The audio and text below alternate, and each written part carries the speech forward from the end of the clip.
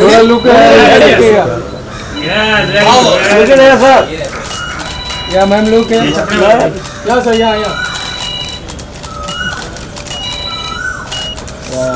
Sir चल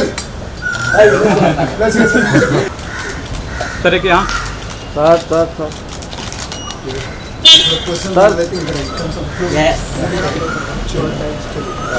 ready sir यहाँ सामने लुक मैम या लुक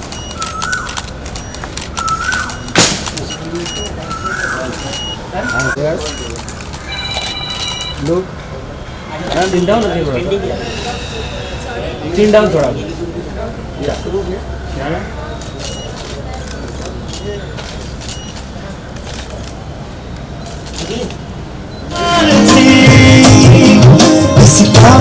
एहसास है मुझे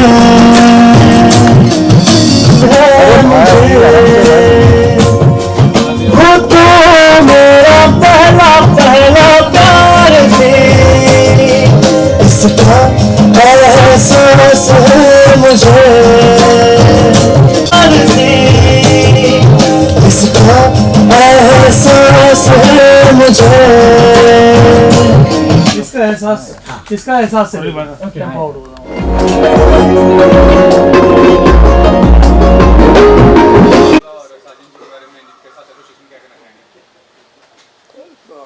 मैं तो कई सालों से उन्हें जानता हूँ और एक मोर देन अ फ्रेंड दोस्त की तरह हैं और उम्मीद यही कर रहा हूँ कि एक नया एसोसिएशन उनके साथ शुरू किया है तो जाहिर सी बात है कि I wish him the very best of luck और गाना अभी हम सुन के बाहर आए हैं तो सॉन्ग इज़ ब्रिलियंट जिसने भी गाया है लड़के ने बहुत अच्छा काम किया है बीट है मेलोडी है and I am very sure कि जब गाना लोगों तक पहुंचेगा हिट करेगा मार्केट के अंदर it is going to be successful. और एक नोन फेस होना कितना बेनिफिशियल होता है योर नोन पर्सनैलिटी में सालों से आप काम कर रहे हैं जब कोई म्यूजिक वीडियो का पार्टिसिपेट करता है वो कितना बेनिफिशियल होता है? Definitely but I think today known face होने के बजाय if your melody is good अगर गाना अच्छा है भले ही आपके पास नोन फेस ना हो ऐसे बहुत सारे गाने हैं जहाँ पे कभी नोन फेसेस नहीं थे but the songs have been very successful and but the melody is good we are going to shoot it in a very lovely format I think जिस जगह पे हम शूट कर रहे हैं जिस तरह से शूट करेंगे सो एक बहुत ही रिच फील आने वाला है गाना बहुत बेहतरीन है and of course we have two amazing actors जो साथ में हैं तो सिर्फ मेरे होने से गाना हिट नहीं होने वाला it's a complete combined effort. Sir जब भी कोई एक्टर बनने का सपना देखता है बहुत ही स्ट्रगल होता है आपके लाइफ में भी स्ट्रगल होता होगा चैलेंज होता होगा उसके बाद वो पहचान मिलती है जी आज के टाइम में हर चीज़ इंस्टेंट होता है रील्स बना लीजिए यूट्यूब पे आप चला रही क्या करते हैं आई थिंक ये एक फेज़ है और हर फेज़ का एक टाइम होता है और जैसे वो टाइम ख़त्म होगा people will definitely realise today मैं जानता हूँ कि इंस्टाग्राम पे और बहुत सारे सोशल नेटवर्किंग साइट्स पे अगर आपके मिलियन फॉलोअर्स हैं ऐसा है वैसा है तो बहुत सारी चीज़ें आपको घर बैठे मिल जाती हैं लेकिन वो जो स्ट्रगल करके जो चीज़ें आप सीखते हैं आपकी जो कला है आपका जो आर्ट है आपका जो परफॉर्मेंस है वो चीज़ सेट पे लोगों के सामने जाकर स्ट्रगल करके उसे सीखना और फिर आके परफॉर्म करना वो आपको इंस्टाग्राम की रील्स पे कभी मिलेगा नहीं और कास्टिंग भी स्पेसिस पे होती है तो वो कितना विच इज़ वेरी सैड कि क्योंकि आपके 5 मिलियन फॉलोअर्स हैं तो आपको कास्ट कर दिया गया है बट आज होता है क्या करेंगे आप एंड जिसकी वजह से लोग फॉलोअर्स को ख़रीदते हैं एंड कोशिश करते हैं कि ज़्यादा लोग आपको फॉलो करें ताकि उससे कनेक्टेड काम आपको मिले। Ma'am, something about you and about being associated with this project and about Sajan sir. Sajan sir, he's a very good, very nice person. Sorry. Okay, got it.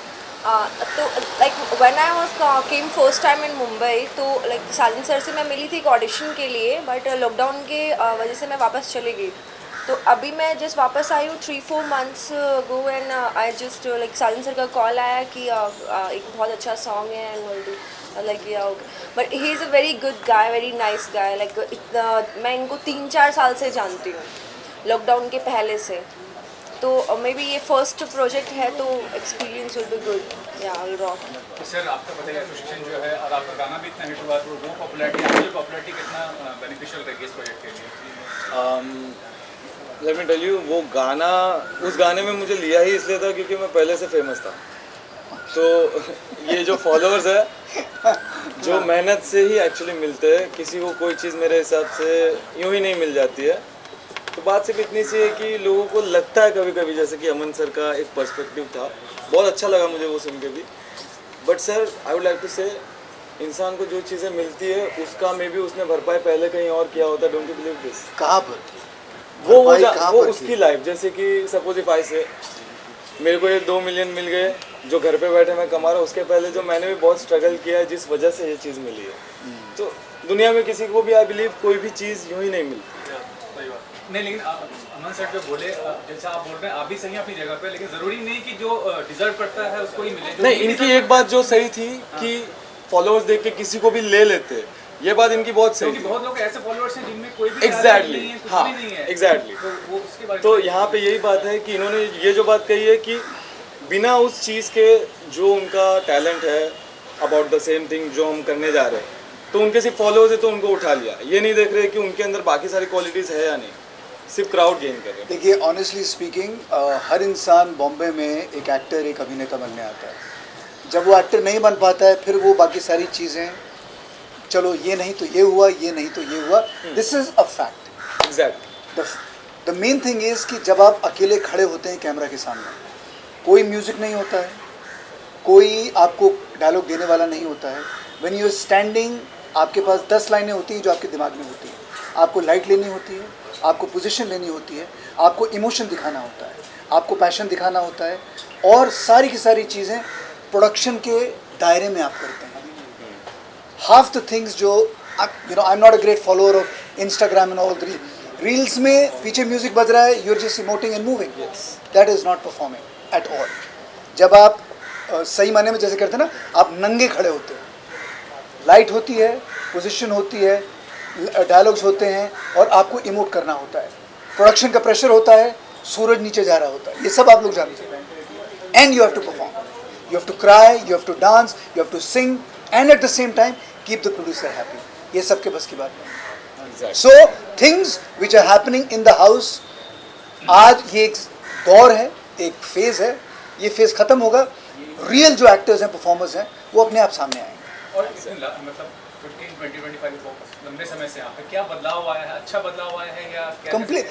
Well, देखिए, change is always relevant, और change हर 7, 8, 10 साल में आएगा ही आएगा। पहले जो चीज़ relevant थी आज नहीं है, आज जो है वो कल नहीं होगी। तो you need to be ready. तो जिस तरह वही एक्टर्स या वही परफॉर्मर्स सर्वाइव करते हैं जो समय के साथ अपने आप को बदलते रहते हैं। बहुत बड़े बड़े नाम हैं जो कई सालों से काम कर रहे हैं, वो इसलिए क्योंकि उन्होंने ये भी किया, ये भी किया, ये भी किया, ये भी किया, अलग अलग चीज़ की, ताकि लोग सरप्राइज हों। वरना आप एक ही चीज़ करते रहेंगे तो people will get bored, simple. Thank you, lovely talking to you guys, absolutely sir, absolutely. मिलते हैं आपको 30 तारीख को, तो आप आएंगे? हाँ, पक्का।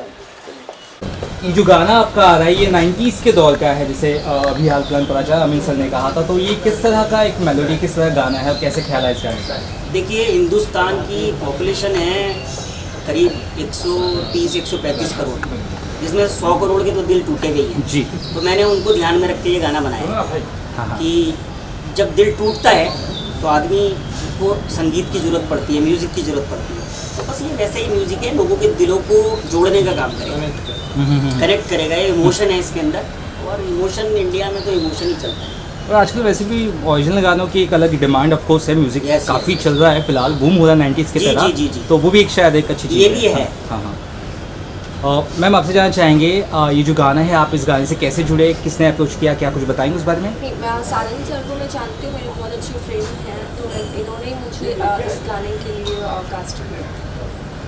या कुछ और बता सके अगर, या कुछ और बता सकते हैं इसके अलावा? म्यूजिक किस तरीके से लगा आपको?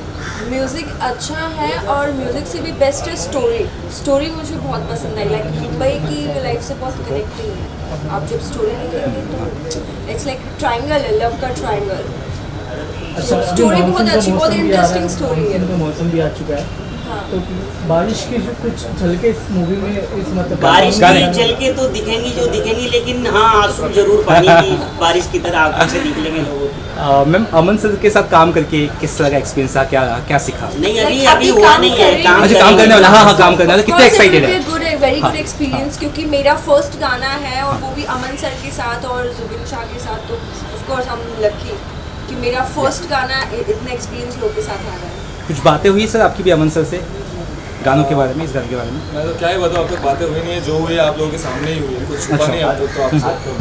तो मेरे ख्याल से कुछ कंट्रोवर्शियल जैसी चीज़ें हो गई है थोड़ी बहुत, बट आई बिलीव वो भी एक अच्छा ही इम्पैक्ट पड़ेगा इस सॉन्ग के लिए, क्योंकि जो भी हुई है हर किसी का पर्सनल और जेन्युइन एक्सपीरियंस शेयर हुआ है और मीडिया के सामने हुआ है जो भी हुआ है। और बाकी about the song I would love to say कि he is a very nice singer ji. और बहुत अच्छा लगा सॉन्ग सुन के, और जो इसमें 90s का फील है वो डेफिनेटली पूरा एकदम कंप्लीट है। और आई विश कि ये भी एक सुपर हिट हो जैसे दिल तोड़ के था। तो साजन सर के साथ काम करने का एक्सपीरियंस? जी हाँ, पहली बार काम करने से पहली बार ही हम काम कर रहे हैं वैसे साथ में, लेकिन आई बिलीव कि जानता हूँ मैं इनको बहुत पहले से, the way he is a person, तो वो एक बहुत ही फेमिलियर टाइप के इंसान है, वो आप समझ ही सकते हैं उनकी बातों से। तो यहाँ पे सिंगर से जाना चाहेंगे भाई, बोल जो है अगर आप गुनगुना रहे हैं बता रहे, क्योंकि सर ने काफ़ी हद तक हमें हल्का तो हाँ, दे दिया है ये गुनगुना देते। हाँ प्लीज़ सर आप गुनगुना दीजिए पहले। वो कहती थी अपना मुझे, मैं अपना उसे कहता था। हाँ कभी एक लड़की के दिल में मैं रहता था, हर सितम उसका यारो हंस के मैं सहता था, हर सितम उसका यारो हंस के मैं सहता था। हाँ कभी एक लड़की के दिल में मैं रहता था, हाँ कभी एक लड़की के दिल में मैं रहता था, हाँ कभी एक लड़की के दिल में मैं रहता था, हाँ कभी एक लड़की के दिल में मैं रहता था। वाह वाह, लिरिक्स सर कमाल के सर, साधन पे क्या सही में यार चॉइस आपकी है मतलब गाने पे? यही तो है अपने पास, और क्या है। एक नंबर एक नंबर। हाँ साजन साहब ने ये लिरिक्स लिखा था, कौन सी लड़की है आपके दिल में आपके? अभी तो है ही नहीं, रहता था, रहती थी वो, अभी नहीं वो है। रहता था मैं दिल में। वो कॉलेज के दिन की याद आ गई है। नहीं तो बस उसकी याद में लिख दिया मैंने, एक दिन बस याद आया। काफी टाइम लग गया सर। टाइम लग गया क्योंकि दूसरी लड़की कोई मिली नहीं रही, तो फिर मैंने कहा नहीं इसको एक्सप्लेन करता हूँ आप लोगों के वो सामने। भी याद करेगी ना, बस, रहती तो दिल में। ये वही है। चलिए thank you sir, thank you so much. Screen मिलेगी तो डन।